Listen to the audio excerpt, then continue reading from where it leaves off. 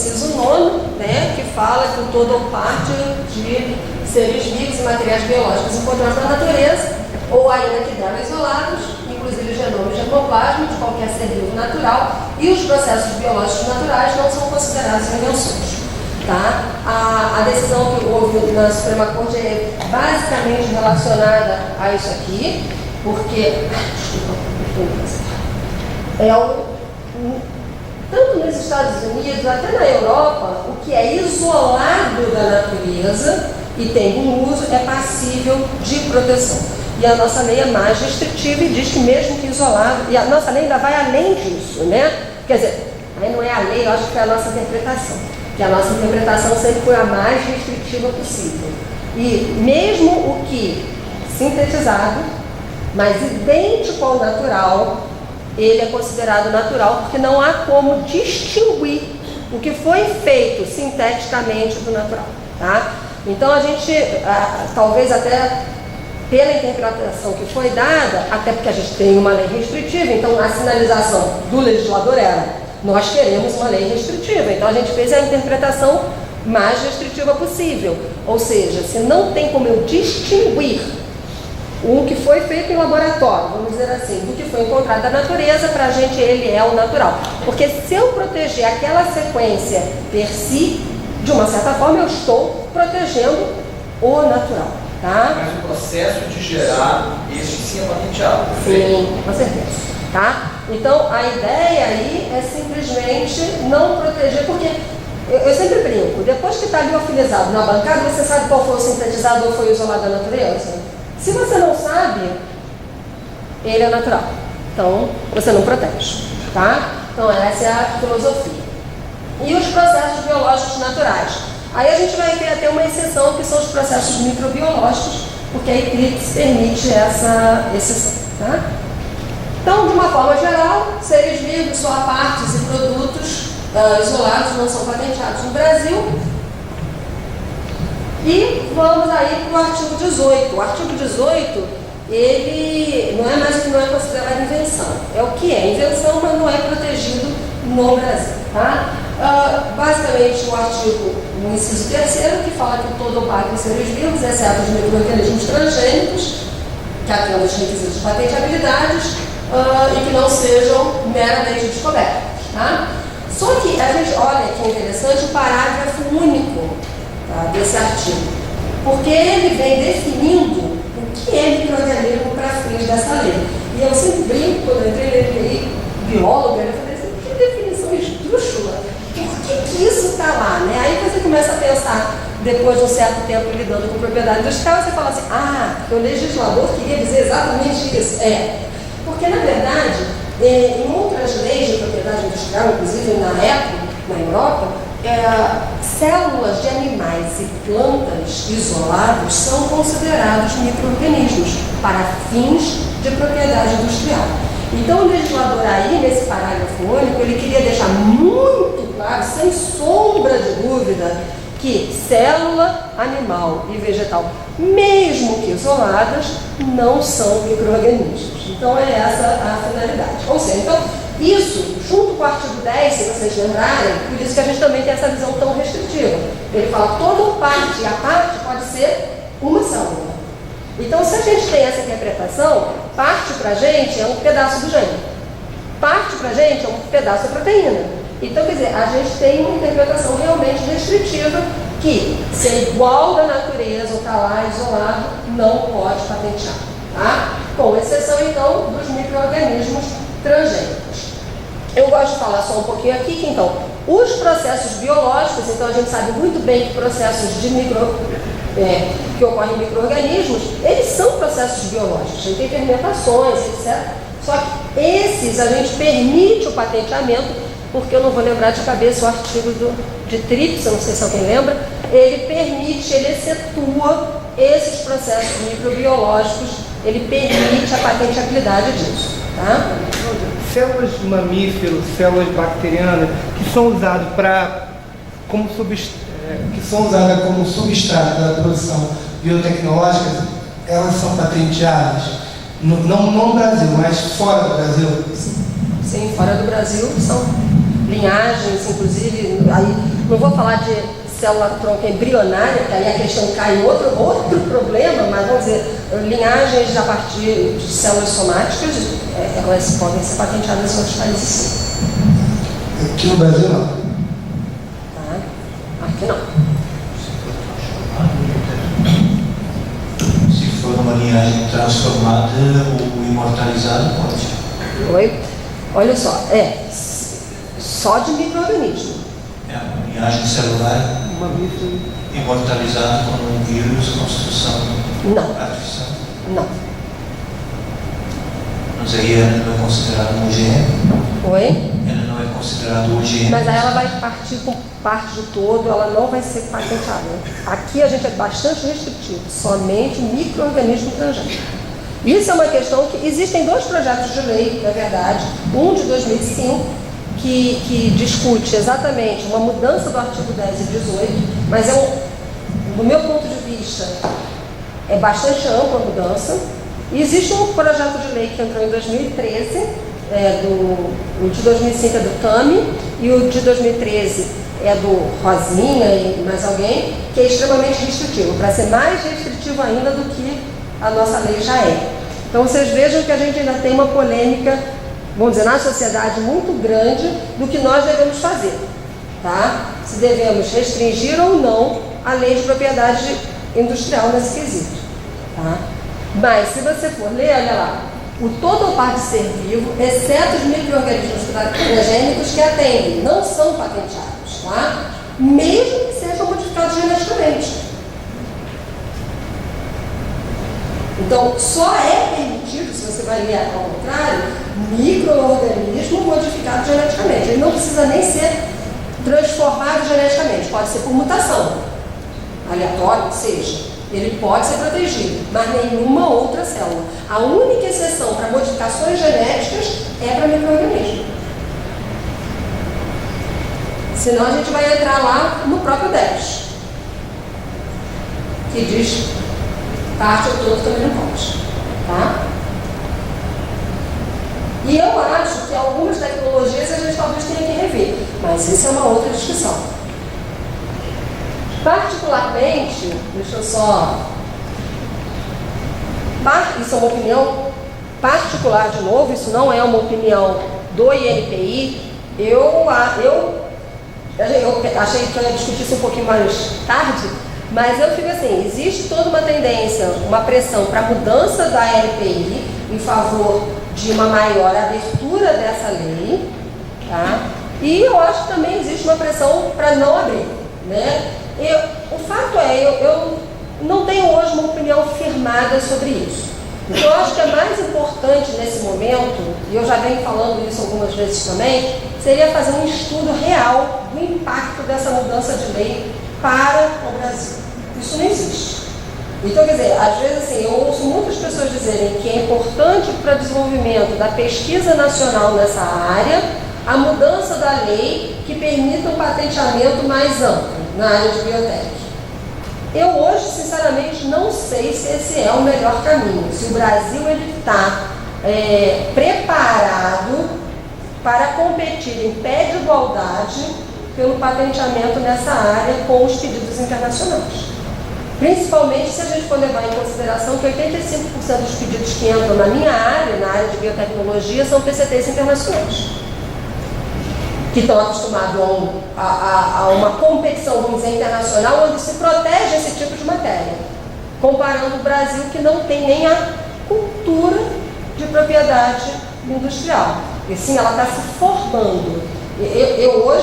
Eu gostaria, acho que a gente discute muitas coisas, é só a gente ver depois o marco regulatório de acesso ao patrimônio genético, que tem aí 10 anos só, tem uma coisa que é comum, todo mundo é unânime, que o marco não é bom. Isso é unânime. Não, isso o próprio MMA hoje já fala, isso é unânime. Não tem uma pessoa que considere o marco bom. E a gente está o quê? Eu nem quero saber a China aqui, que ela é muito melhor do que eu para falar sobre isso, ela vai falar. A gente está com 12 anos e não consegue mudar. Então, quer dizer, eu acho que a gente tem que ter um amadurecimento. O que isso tem que servir para a gente? É para mudar a LPI? Podemos mudar. Vamos discutir, mas vamos discutir com embasamento, para saber o que é bom e o que o Brasil quer, o que vai favorecer o nosso desenvolvimento tecnológico. Tá? É só a gente ver um exemplo simples. A nossa lei de 96, ela foi feita com base em TRIPS. É um acordo que foi discutido na OMC, que dão regras mínimas para o patenteamento no mundo. Tá? Então, o que acontece? O Brasil teve, por isso mudou o Código de Propriedade Industrial, que não dava patente para fármacos, alimentos, etc. E nós mudamos a nossa lei porque TRIPS nos obrigou. Na OMC, um contrato de propriedade industrial, um tratado que gera propriedade industrial, foi tratado na Organização Mundial do Comércio. Ou seja, havia uma pressão imensa das multinacionais farmacêuticas que o Brasil passasse a conceder patentes na área de fármacos. É isso. Senão eles não importavam mais as nossas laranjas. É isso. E o Brasil teve que assinar. Só que havia um prazo de 5 anos de período máximo de transição para a gente se adequar. A Índia usou todos os 5 anos e hoje ela exporta princípio ativo para o Brasil. O Brasil assinou em dezembro de 95 esse tratado e em maio de 96 passou a conceder patentes para a área de fármacos. E ainda fez pior, abriu o pipeline, que até hoje é um karma na nossa vida dentro do NPI. Eu tenho 7 na minha mesa que não terminam, eles são infindáveis. Entendeu? Ou seja, ele concedeu patentes para patentes já concedidas no mundo. Ele validou patentes aqui dentro. Então, eu acho que essa época passou. A gente, como governo, parte do governo aqui, a gente tem que saber o que é interessante para o Brasil. Para, de novo, a gente sempre vê, vamos mudar. A lei de propriedade industrial ela é muito mais restrita do que no resto do mundo. Isso é interessante? Esse é o momento? Isso vai ajudar ou não a nossa pesquisa, o nosso desenvolvimento? Eu realmente não tenho posição fechada. Eu só acho que a gente tem que discutir com base em dados concretos para amanhã a gente não olhar para trás como aconteceu em 96 e ter feito uma lei que só nos prejudicou naquele momento. Eu não estou muito certo se ela só prejudicou a gente. Eu sei de 2 empresas, uma eu posso falar porque é público, americanas que vieram para o Brasil e não foram para a Índia por conta de marcos regulatórios. Então a gente está falando de dinheiro que está vindo para cá, cultura de P&D na área industrial com dinheiro de iniciativa privada que está vindo para cá e não foi para lá. Então, um dos motivos foi marco regulatório. Há outros, mas a gente ter feito isso e aparentemente ter ficado para trás, nos compostos primários, isso trouxe outras coisas. E a gente precisa conversar com os economistas e colocar na balança para ver quanto a gente perdeu e quanto a gente ganhou. Eu, particularmente, acho que a gente está numa situação hoje infinitamente melhor que a da Índia, que tomou essa decisão de ser o coringa esquisito dos tratados internacionais de reconhecimento de propriedade intelectual. Bem, eu concordo com você, só que eu acho assim, hoje a gente já tem um sistema diferente da Índia, de propriedade industrial muito mais forte.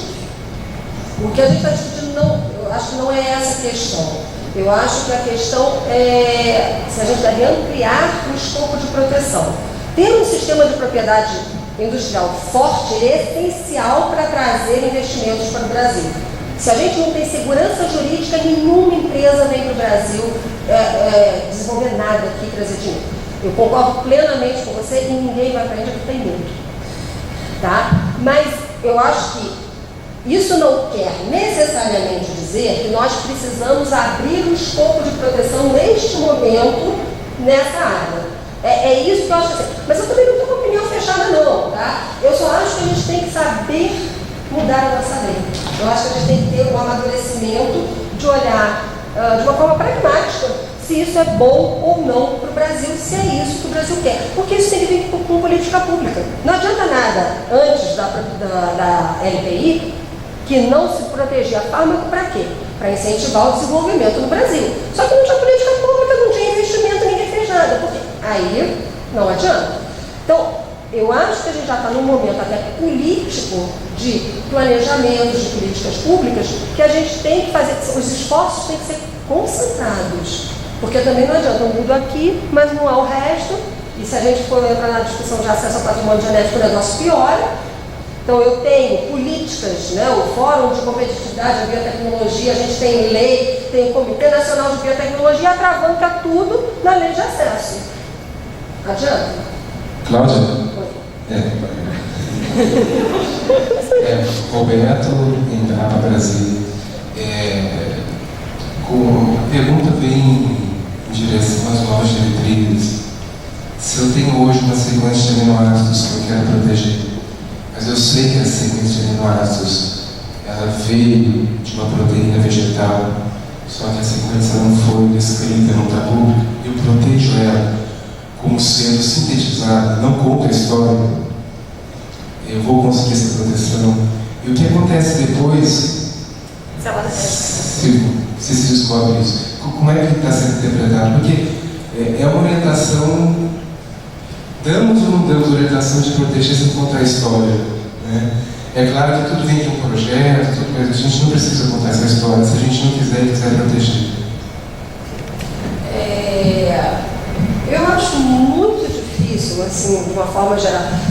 Quero falar duas coisas, isso está inclusive na diretriz. A busca por anterioridade, no caso de um composto que a gente acha que é natural, ela é atemporal.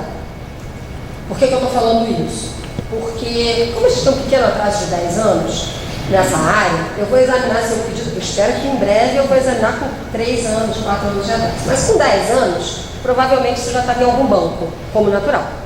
Porque se isso foi depositado há 10 anos atrás. Mas, independente disso, eu acho que é muito pouco provável, num relatório descritivo, você me dizer que aquela sequência inteira de onde veio aquilo ali. Aí ainda piora. Por quê? Por quê? Que é muito difícil, eu acho que isso acaba não acontecendo na prática, é isso que eu quero dizer. 5 ou 6 aminoácidos, quando eu faço, boto isso no banco, tem grande chance disso ser parte de alguma coisa com tudo que está sequenciado hoje em dia. Tá? E de alguma coisa natural. Pode até não ser daquela espécie de onde você isolou. Se eu estou falando de 4, 5 aminoácidos. Mas tem a possibilidade de realmente ter feito isso, ter sintetizado e dado certo. Esse é o problema. Você pode ter feito na bancada sem saber que já ocorria em Arabidopsis. Tá? Só que se existe lá equivalente, a gente considera isso natural. Tá? Porque eu não tenho como distinguir. Agora, isso não impede de você o uso desses 5 aminoácidos como para formar um kit de detecção de câncer de mama. Isso é passível de proteção. Tá? O kit inteiro, o uso, o processo de obter, vamos dizer que é sintético. Existem proteções acessórias para proteger aquela sequência. Mas se a sequência, num banco qualquer, eu achar como igual a uma sequência natural, ela não vai ser concedida por força do artigo 10.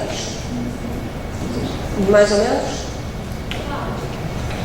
Eu queria só uma opinião sobre essa questão também, que eu acho que, às vezes, meu nome é Alice, desculpa, eu trabalho com propriedade intelectual, fazendo meu pós-doc na UFMG, com o professor Rubens Ministério da Química. Eu acho que muitas vezes, quando a gente pensa nessas questões de patentabilidade também, não é só se o INPI vai conceder ou não. Pode ser que, sei lá, quando o examinador faz a busca, ele não achou a sequência natural e te concedeu. Mas se por acaso você conseguir desenvolver um produto a partir disso e esse produto entrar no mercado, você pode ter certeza que vai ter algum competidor seu que vai descobrir que esse negócio é a sequência natural e que você não podia ter patenteado, você vai perder a patente. Vai dar uma briga na justiça, você vai perder dinheiro, então eu acho que não vale a pena. Na verdade, você está falando uma coisa importantíssima, que é a segurança jurídica dessa patente. Então eu acho que o INPI tem a responsabilidade do INPI é conceder boas patentes. Porque eu acho que é pior você conceder uma patente fraca do que indeferir um pedido. Porque quando você concede a patente, você vai gerar um licenciamento, gasto de dinheiro para investir no produto. Se essa patente é frágil ou ela pode ser questionada na justiça, o dano é muito pior do que indeferir esse pedido. Tá? Então, você está coberta de razão. Então, no caso, e se é algo de interesse, parece que não, mas subsídios existem, técnicos, são apresentados ao INPI. Se a patente é concedida, você tem processo de nulidade administrativa ou ação judicial de nulidade, e terceiros trazem essa informação. Porque a busca nunca é exaustiva, existem casos em que realmente o examinador não consegue pegar aquilo e acontece, erros acontecem. A busca não é exaustiva, não tem jeito. Podemos? Oi, só mais uma pergunta. Eu sou a Marta Bambini, da Embrapa Informática. Eu queria saber um pouco sobre como que o INPI tem trabalhado as questões de patenteamento em bioinformática.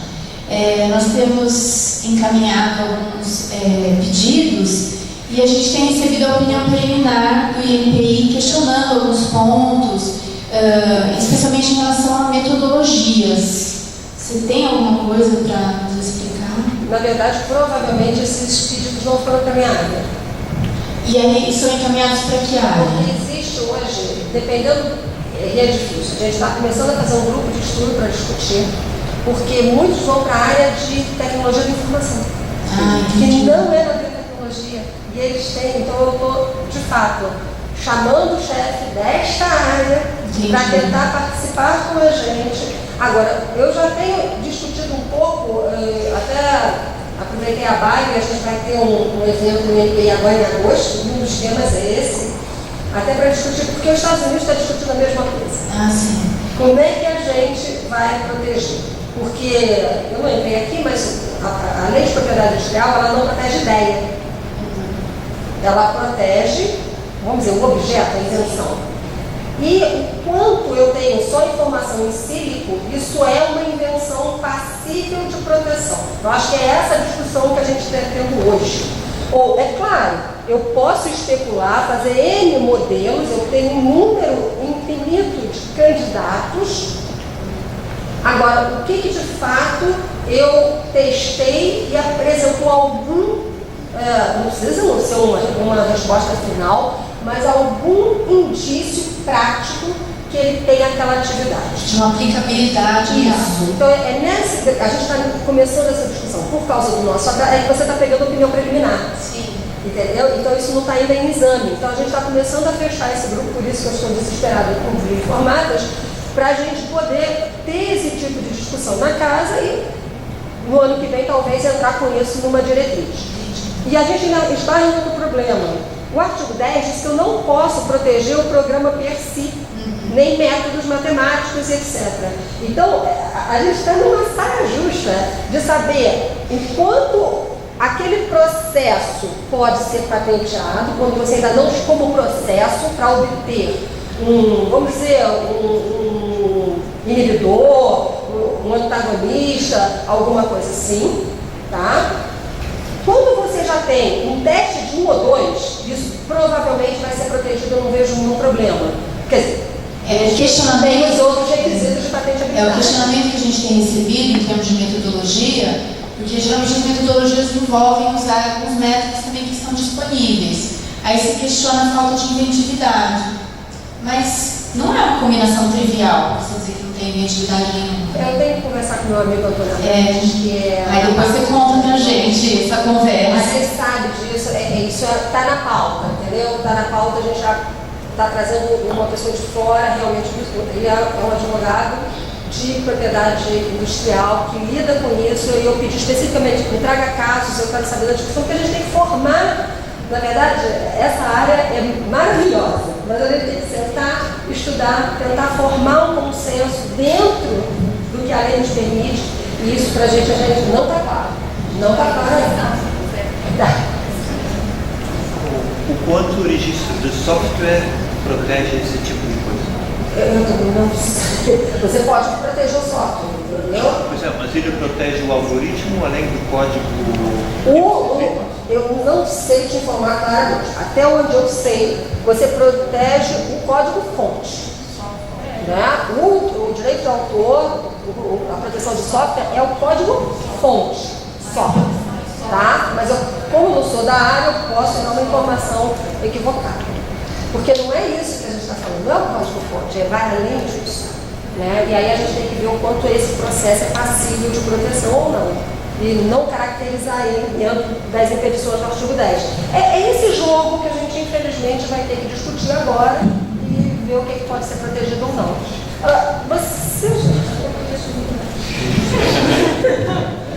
Cláudio, meu nome é Thiago, sou estudante de informática aqui no FMG. Vai fazer um concurso? Eu trabalho com sequenciamento de 2 micro-organismos. Um é patenteado na França e o outro isolado aqui da nossa biodiversidade. Eu queria saber quais as implicações da publicação e disponibilidade desse genoma que é já patenteado em outro país. Bom, é difícil de dizer sem saber o que está protegido nessa outra patente. De qualquer forma, se eu não me engano, o artigo 43 da nossa lei, ele diz que você pode usar coisas patenteadas para pesquisa. Tá? Isso é uma previsão em lei para isso. Claro, se você desenvolver um produto a partir da sua pesquisa, você vai ter que, se isso está protegido lá fora, você vai ter que fazer uma licença com o titular dessa patente para poder usar para desenvolver um produto ou patentear. Tá? No caso do isolado nacional, provavelmente você vai ter que ter autorização de acesso para usar essa informação, que não tem nada a ver com a LPI, por favor. Se essa patente ela não tiver depositada no Brasil, você pode. Ele pode usar sem problema nenhum. Tá? Provavelmente. No Brasil a gente não reconhece o micro-organismo. Pelo menos no exemplo que ele falou, se eu entendi direito, ele disse que está usando um micro-organismo patenteado na França. Se eu entendi a pergunta dele, ele falou, eu estou usando um micro-organismo patenteado na França. Se no Brasil não está reconhecido, essa patente não vale. Ele não é obrigado a pagar royalties para a França. A França tem que entrar com um processo no Brasil e conseguir provar que ela tem direito a esse royalties, porque a patente dele não é reconhecida no Brasil. O que ele não pode é levar o produto dele para a França ou para outro lugar que a França tenha a patente desse micro-organismo. Por isso que a gente tem que olhar exatamente esse caso. Se a proteção dele não foi feita no Brasil, porque o Brasil dá proteção para micro-organismo. Tá? Então, se ele tem a patente na França e entrou no Brasil, ele não pode nem tratar disso aqui. Quer dizer, para pesquisa, ele poderia pelo uso do artigo 43, tá? Para pesquisa. Mesmo assim, normalmente você pede uma sessão, você informa que você está usando aquele micro-organismo para finalidade de pesquisa. Tá? Agora, sem sombra de dúvida, se essa patente não foi concedida no Brasil, ou eles não entraram aqui, ou ela foi indeferida no Brasil, ele pode usar aqui. O que ele não vai poder, mesmo que ele se envolva, ele não vai poder exportar isso ou produzir lá fora, aonde houver a proteção dessa patente. Tá? E mesmo assim, no caso, vamos dizer, o titular dessa patente na França, ele não tem como impedir que ele use no Brasil, se não há proteção. E ele também não vai poder pedir agora a proteção no Brasil, porque o prazo já foi. Tá? Então, agora tem que olhar o caso a caso. Não tem que ver o que está protegido, também tem isso. O que está protegido? O micro-organismo como um todo?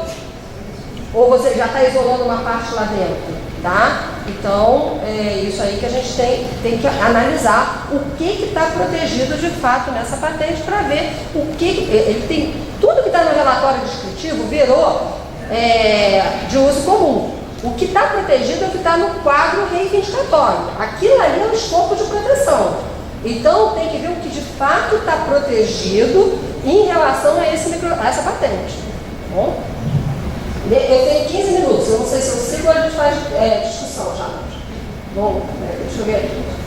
Esse quadro eu já vou passar batido, porque na verdade ele mostra o que está em azul é o que é protegido, é uma comparação das leis de outros países com a nossa, e o que está em azul é o que é passível de proteção. Então vocês vejam que a nossa coluna está bem branquinha.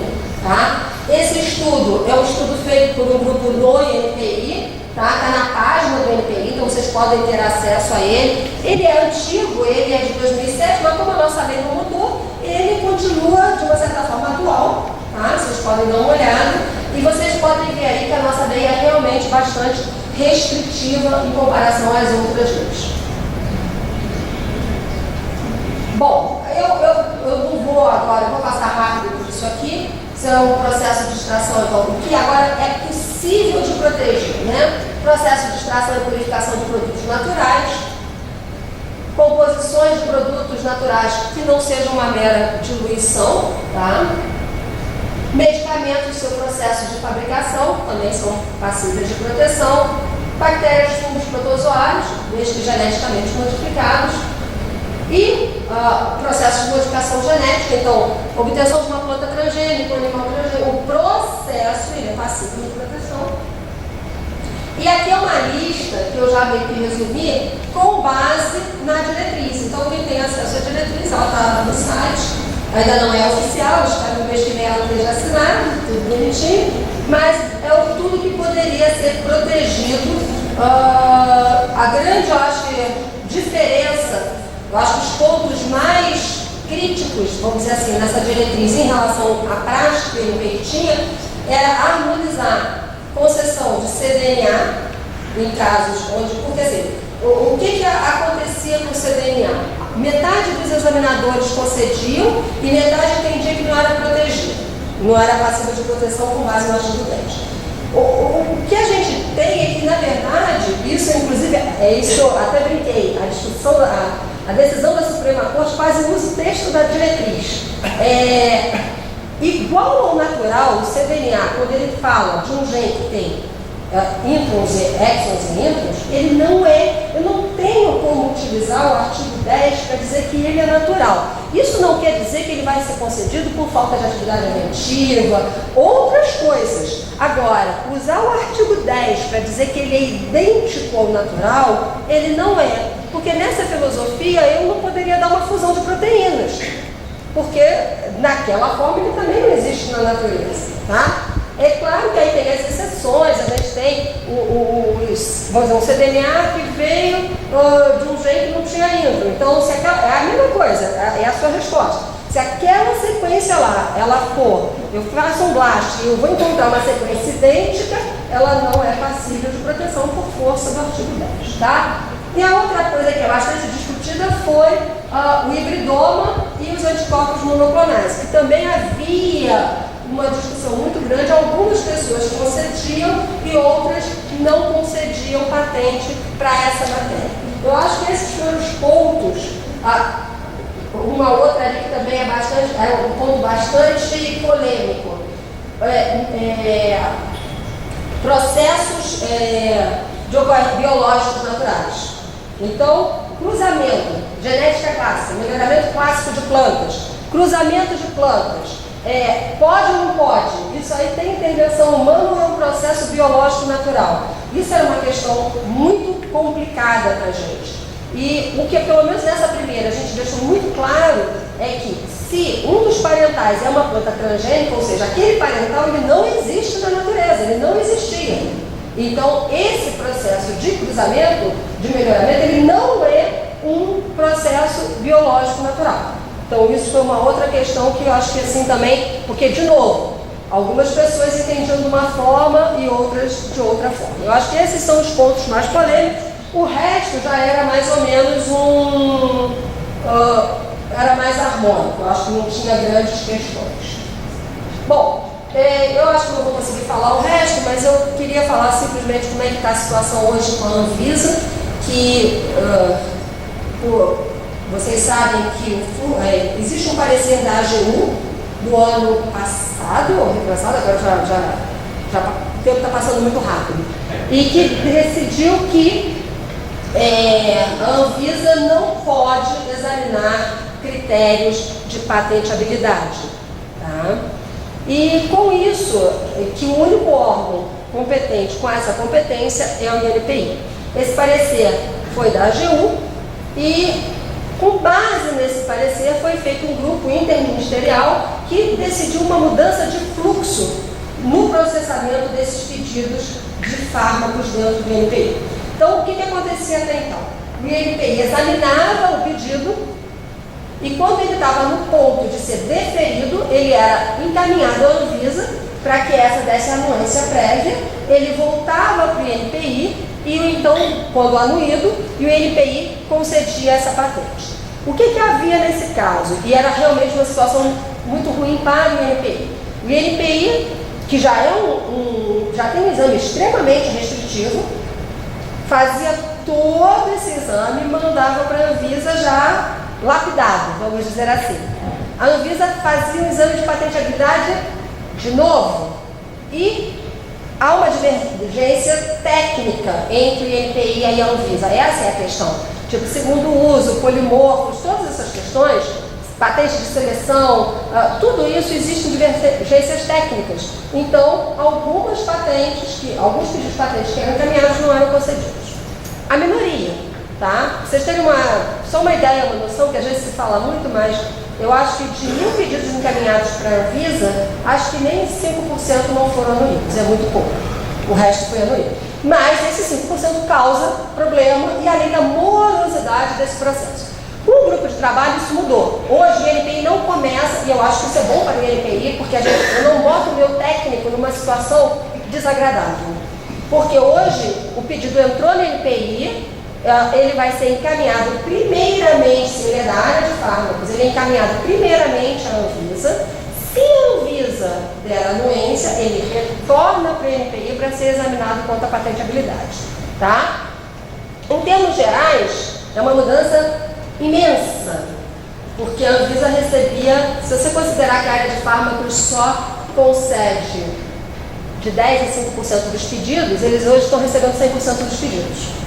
Eles antes recebiam o que ia para concessão, de 5 a 10 dos pedidos de fármacos que entravam no INPI. Hoje eles vão receber os 100% dos pedidos e vão ter que dar ou não anuência para que então o meu técnico faça o trabalho. O problema é que na hora que saiu, vocês devem ter visto, a RDC, eles falam claramente que foi a consulta pública, foi publicada no Diário Oficial, que eles vão continuar analisando critérios de patenteabilidade. Então, de novo, a gente está gerando provavelmente o mesmo impasse, mas para o INPI, falando como INPI, isso hoje é muito mais tranquilo para a gente. Eu não vou falar disso aqui, suficiência descritiva, eu acho que a gente pode tirar dúvidas depois disso, tá? Listagem de sequência também hoje é em formato digital, acho que isso aí vocês também. Desculpa te interromper. É que eu tenho uma dúvida específica quanto aos fitoterápicos, que tem todo o processo de produção e patenteamento de fármacos, mas como você disse antes, produtos biológicos, tanto animais quanto vegetais, não podem ser simplesmente utilizados porque você não consegue distinguir aquilo do natural. O fitoterápico não tem nenhum processo de produção, é simplesmente a extração de moléculas vegetais e a utilização. Então vocês têm alguma particularidade no processo de patenteamento de medicamentos fitoterápicos? Não. Se o seu produto final for simplesmente o extrato do que foi retirado da planta, não é passível de proteção. Tá? Se isso vai gerar uma composição, onde, vamos dizer assim, o princípio ativo é o extrato, mas ele está agregado com outras coisas para estabilizar, para aumentar, sei lá, um outro efeito ali, essa composição é passível de proteção. Uma outra coisa que acontece é que, em alguns casos, você está dizendo que seu processo não é nada inovador, é isso de obtenção do extrato. Eu posso tornar ele mais inovador, mas ele parte de uma metodologia que já é padronizada. Mas olha só, hoje em dia, eu sempre brinco que a nossa área tem peculiaridades. Eu não posso dar o extrato terciário, isso é um fato. Essa lei é muito clara. Mas a gente acaba embutindo um pouco da atividade inventiva ao processo, quando o extrato é inovador e tem uma utilização inovadora. Tá? Por que eu estou te falando isso? Quem trabalha com planta transgênica sabe que o Mark von Montagu, desde 90, de 80, Montagu, a primeira patente dele é antes de 90, sobre isso. Se eu quiser, eu uso aquele trabalho para indeferir todo o processo de transformação de planta. Porque a tecnologia, usando água e bactéria, também é fácil. Ele já fala lá que ele podia botar a gente interesse para salinidade, para isso, para aquilo, para aquilo. Então a gente vai parar o patenteamento em biotecnologia, porque as técnicas de biologia molecular são técnicas comuns. O que acaba gerando atividade inventiva a esse processamento, às vezes, é o seu produto. Então, em muitos casos, o seu processo pode não ser tão inovador, mas se o seu produto final ele é muito inovador, ele acarreta, essa atividade inventiva, a gente chama que ela é levada ao processo. Tá? Claro, deve ter um pulo do gato aí, ele não é tão trivial assim. Então, se ele não for exatamente igual, eu tentaria proteger o processo. De novo, gente, apesar da nossa lei não conceder nada, eu sempre digo que todo mundo tem que pedir tudo. Até porque isso daqui a um ano você pode fazer um pedido internacional, então sempre se protege tudo. A lei pode mudar, a gente não sabe, nosso país é meio maluco, então, muda a lei, você começa a estar lá 10 anos depois, sempre reivindique tudo. Até porque papel do examinador é restringir. Isso não vai impedir seu patenteamento, no máximo ele vai pedir para excluir aquela reivindicação, porque ela incide no artigo 10, tá? Ou o que seja, tá? Peça, reivindique tudo. E agora quem está usando para fazer logo o pedido internacional como base aqui, peça tudo. Depois, isso é trabalho, não deixa o examinador sem trabalho, tá? Bom, eu vou ter que terminar, né? Antes que eu... Bom, Paulo, você vem falando muito de procedimentos de exames, o que se pode patentear ou não. Eu queria saber um pouco da relação do INPI com os FITs e do estabelecimento de políticas, já que se coloca, o INPI é um órgão bastante amplo, tá? E, quer dizer, desde quando iniciou, nós iniciamos esse trabalho aqui, se vê que a gente não tem políticas estabelecidas no país com relação a essa interação com empresas, profissões de inovação, coisa desse tipo. E outra questão, você falou que a gente não pode patentear um micro-organismo natural. Ok. Mas eu posso patentear o uso desse micro-organismo no processo? Tipo assim, eu isolo, eu trabalho com processos fermentativos em Ouro Preto, eu isolo um micro-organismo que vai me dar uma bebida alcoólica com determinada característica. Cerveja, Deus me livre. Porque toda levedura que eu usava nesse processo é levedura importada. Esse tipo de coisa pode se patentear? Sim, o uso de qualquer produto natural pode ser protegido, desde que tenha novidade, atividade inventiva, os outros requisitos. No caso até de o processo, que aí também nesse caso vai ter um processo, que é um processo microbiológico, também é possível de patentear, nesse caso. Não o micro-organismo que você isolou, mas o processo é passível de proteção e o uso do micro-organismo no processo também é passível de proteção. Tá? Quanto ao INPI interagir, olha, eu vou repetir as palavras. A gente teve ano passado, tinha que ser na minha área, né? A gente fez um evento do INPI que a gente foi denunciado ao comitê de ética, você sabe, né? Uma delícia. A gente trouxe algumas pessoas de fora, de companhias, que têm essa expertise, porque quando a gente fala de biotecnologia, meus examinadores não saíram da universidade e foram parar no INPI. Eles não têm a visão, nem eu tinha, da empresa. Então eu sentia falta disso quanto examinador e a gente quis exatamente chamar um grupo de pessoas de empresa para dizer qual é a importância de proteger para aquilo chegar no mercado. Chamamos um grupo, porque nós temos o Comitê Nacional de Biotecnologia, ele é bastante próximo, muitos de vocês aqui já participaram de alguns eventos na Bio, existe toda uma relação do governo brasileiro, inclusive, e o pavilhão do Brasil na Bio, etc. No ano passado, nessa reunião, nós organizamos um seminário. Eu tenho 5 minutos, tá? Organizamos um seminário e vieram algumas pessoas de companhias internacionais. Por um mero acaso, também tinha um cara de uma universidade da Virgínia fazer um seminário para os examinadores que eu pedi que fosse focado na empresa. E eu tomei uma denúncia no comitê de ética. Porque eu estou privilegiando a empresa internacional no Brasil. Então, quer dizer, é difícil, gente, mas aí eu repito as palavras do meu presidente quanto a esse fato. A gente sempre recebeu e vai receber todo mundo no NPI, seja nacional, seja internacional. E todos, eu acho que não tem um convite que o NPI não receba para ir à NIT, universidade. Eu acho que muitos aqui já me viram falar. Amanhã eu estou no NIT, né? De manhã, quem está aí lá trabalhar. Vou amanhã de manhã, passar amanhã conversando com eles sobre as diretrizes novas. Então, quer dizer, mas eu acho que o INPI, nesse ponto, nós estamos aí, nós desde os eventos políticos, no limite, e a gente está para discutir, eu acho que isso é o nosso papel. Quem sabe propriedade industrial no Brasil? Eu ainda acho que eu sei muito pouquinho, né? Mas a gente tem que construir isso aí juntos. Então eu acho que o INPI está sempre aberto. E eu acho que a palavra dele foi muito certa. A gente nunca fez distinção e não vai ser, porque meia dúzia acha que a gente está privilegiando A ou B, que a gente vai deixar. A gente recebe todo mundo e discute com todo mundo. Tá? Eu vou deixar, eu tinha uma parte de... A apresentação vai ficar com vocês, tá? Eu tinha uma parte para falar um pouquinho da patrimônio genético. Talvez eu vou deixar isso aqui tudo com a Celeste, mas queria falar, eu adoro aquele exemplo, mas eu queria só falar uma coisa aqui.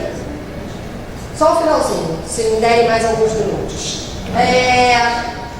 Na verdade, então, o INPI, não porque ele queira, mas ele está associado, sem sombra de dúvida, à medida provisória de acesso ao patrimônio genético, porque no artigo 31 dessa medida ele fala claramente que a concessão de patente sobre o produto ou processo obtido a partir de amostra do componente patrimônio genético é condicionada à observância dessa medida provisória. E o requerente deve informar a origem do material genético e do conhecimento tradicional associado, quando for o caso. Então, quer dizer, a gente foi forçado a estar nisso. Posso falar pelo presidente, pelo diretor e aí por mim, como coordenadora, nós nunca queríamos ter entrado nisso e a gente tentou sair várias vezes, mas não tem jeito. Nem no âmbito internacional nós estamos vinculados e não vai ter jeito. Tá? O meu papel hoje, junto ao CEGEM, a gente tem discutido muito juntos, estamos numa relação, acho que a gente pode dizer, muito amigável, é fazer isso funcionar. Se a lei está aí e a gente tem que conceder patente com segurança jurídica, a gente tem que fazer esse negócio funcionar. Tá? Bom, eu só vou mostrar para vocês, isso aqui é como isso funciona. Existe uma resolução do CEGEM que diz o que o requerente tem que apresentar para o INPI para comprovar que ele está, vamos dizer, correto, que ele observou a medida provisória, e ele fala em apresentar o número da autorização correspondente concedida pelo Conselho. Então, esse correspondente já gera um pouco de controvérsia, porque existem 3 tipos de autorizações: autorização de pesquisa, de bioprospecção e desenvolvimento tecnológico. Eu mostrei rapidamente para Celeste uma decisão que saiu da Justiça na semana passada sobre o caso do Murumuru. Não sei se vocês acompanham, e parece Murumuru. Havia uma denúncia do Ministério Público de um acesso, aí era até o conhecimento tradicional associado, tinham 2, claro, o INPI sempre é réu, tá? A gente foi até condenado já. A gente sempre é condenado, isso aí não tem... e, na verdade, essa decisão vem numa linha que a gente tem discutido com o CEGEM da mesma forma, tá? Para a gente está muito claro, isso surgiu um pouco de quando eu entrei também na coordenação, que a minha preocupação toda é a segurança jurídica dessa patente. Quando a gente fala de autorização de bioprospecção e de desenvolvimento tecnológico, eu não vejo problema para você patentear, porque ali você já está visando um desenvolvimento de um produto, tá? Então, nesse caso, já existe, não sei se vocês já estão, conhecem bastante isso, vocês vi a Rosa lá atrás. Então, o que acontece? Nesses casos, existe um CURB, existe um contrato entre as partes sobre repartição de benefício. Então, para mim é óbvio que uma autorização de bioprospecção ou de desenvolvimento tecnológico é possível de ser utilizada para fins de patenteamento. O meu medo, enquanto INPI, para mim uma de pesquisa também tem que servir. Tá? Só que o meu medo é que amanhã eu concedo uma patente, se isso não estiver muito normatizado, que eu dê uma patente com base numa autorização de pesquisa e terceiros tentem anular essa patente porque ela não está de acordo com a medida provisória. Porque ali eu estou gerando, se eu concedo essa patente, eu estou começando a gerar dinheiro, mesmo que o produto não exista. Porque eu posso ter licenciamento. Então, nesse caso, se há uma autorização de pesquisa, eu poderia, foi previsto repartição de benefício nesse caso? Então, assim, isso é o arcabouço que me levou a pensar, e eu acho assim, nós temos que aceitar qualquer autorização. Mas eu acho que isso tem que estar muito claro para amanhã a gente não ter um problema lá na frente que uma patente foi concedida com base numa autorização de pesquisa e isso seja questionado. Então, essa é a nossa discussão e, de uma certa forma, esse juiz vai muito na linha que a gente está indo. Só que a minha procuradoria já se manifestou, dizendo que dessa forma não está bom, porque eu não quero que uma decisão judicial decida como o INPI vai atuar. Acho que a Rosa vai me entender perfeitamente, porque a gente perde o jogo de cintura. Uma coisa é nós decidirmos como o INPI vai atuar, outra coisa é se isso nos obrigar a ter esse entendimento e a gente depois vai ficar engessado numa posição para todo sempre. Então, isso ainda não houve, como é que é? Transitado e julgado, é isso? Como é que é? Porque eu sou bióloga. Só que a gente deve entrar com embargos para alterar essa decisão quanto ao INPI. Depois a gente pode discutir um pouquinho sobre isso. Não, é só para informar que até assim, os órgãos, o Ministério do Meio Ambiente, ele ainda não tem um entendimento unificado sobre isso. Nós apresentamos um pedido de autorização ao CGEM e recebemos a resposta como desenvolvimento tecnológico. Eles nos informaram que não seria, que seria pesquisa. Então fica difícil para a gente. Eu acho que a gente tem que ter. Eu acho assim, nós temos uma reunião já foi até comentado isso na última reunião do CGEM, do grupo de trabalho que foi formado. Nós estamos chegando exatamente a um consenso, para que eu acho que a gente realmente pode usar qualquer uma das autorizações. A minha questão realmente é a segurança para amanhã terceiros não entrarem dizendo que essa patente não é válida porque aquilo é uma autorização de pesquisa. Então, se a gente normatiza isso deixa claro, e isso é necessário, é essencial. Tá? Eu só queria dar uma informação, porque eu acho que é um bom público para a gente fazer um pouquinho de uma propaganda. Nós estamos com várias exigências 6.6 que foram emitidas e muitas pessoas não responderam a esse 6.6. Tá? Porque na época que isso está parado há 3 anos, tem pedidos parados há 3 anos, porque naquele momento não havia a resolução 35, não havia uma condição de se regularizar quanto ao CGEM, junto ao CGEM. Então esses pedidos eles ficaram parados esperando, havia uma possibilidade de mudança do marco regulatório e tudo mais, e isso o Dr. Jorge Ávila anunciou que não ia arquivar nenhum desses pedidos. Hoje em dia o nosso momento é outro. Nós hoje temos uma outra realidade. A resolução 35 boa, ruim, ela já existe há mais de um ano. Então nós não temos mais como ficar com esses pedidos sem serem arquivados. Então isso vai ser anunciado no site. Nós vamos arquivar esses pedidos e esse arquivamento cabe recurso contra o arquivamento e isso é uma solicitação dos requerentes. As pessoas estão ligando pedindo, pelo amor de Deus, muitos, para a gente poder arquivar, porque querem o exame do pedido que está parado no momento que eles estão no limbo. Tá? Então, nós devemos começar a arquivar esses pedidos e não é um número grande, não é um número grande de pedidos, no fundo. Muitos devem ser... existe quase 20% de abandono após a primeira ação do Instituto. E esse número cai totalmente dentro dos 20% de abandono. Então, mas existe um lequezinho aí que eu diria que não chega a 50 pedidos que devem entrar com recurso contra o arquivamento e muitos desses requerentes já ligaram para a gente, já tem número de autorização ou protocolo de regularização junto ao CGEM e aí, a partir dessa informação, isso vai voltar a exame. Tá? Eu vou terminar porque eu já estourei todos os prazos. Né?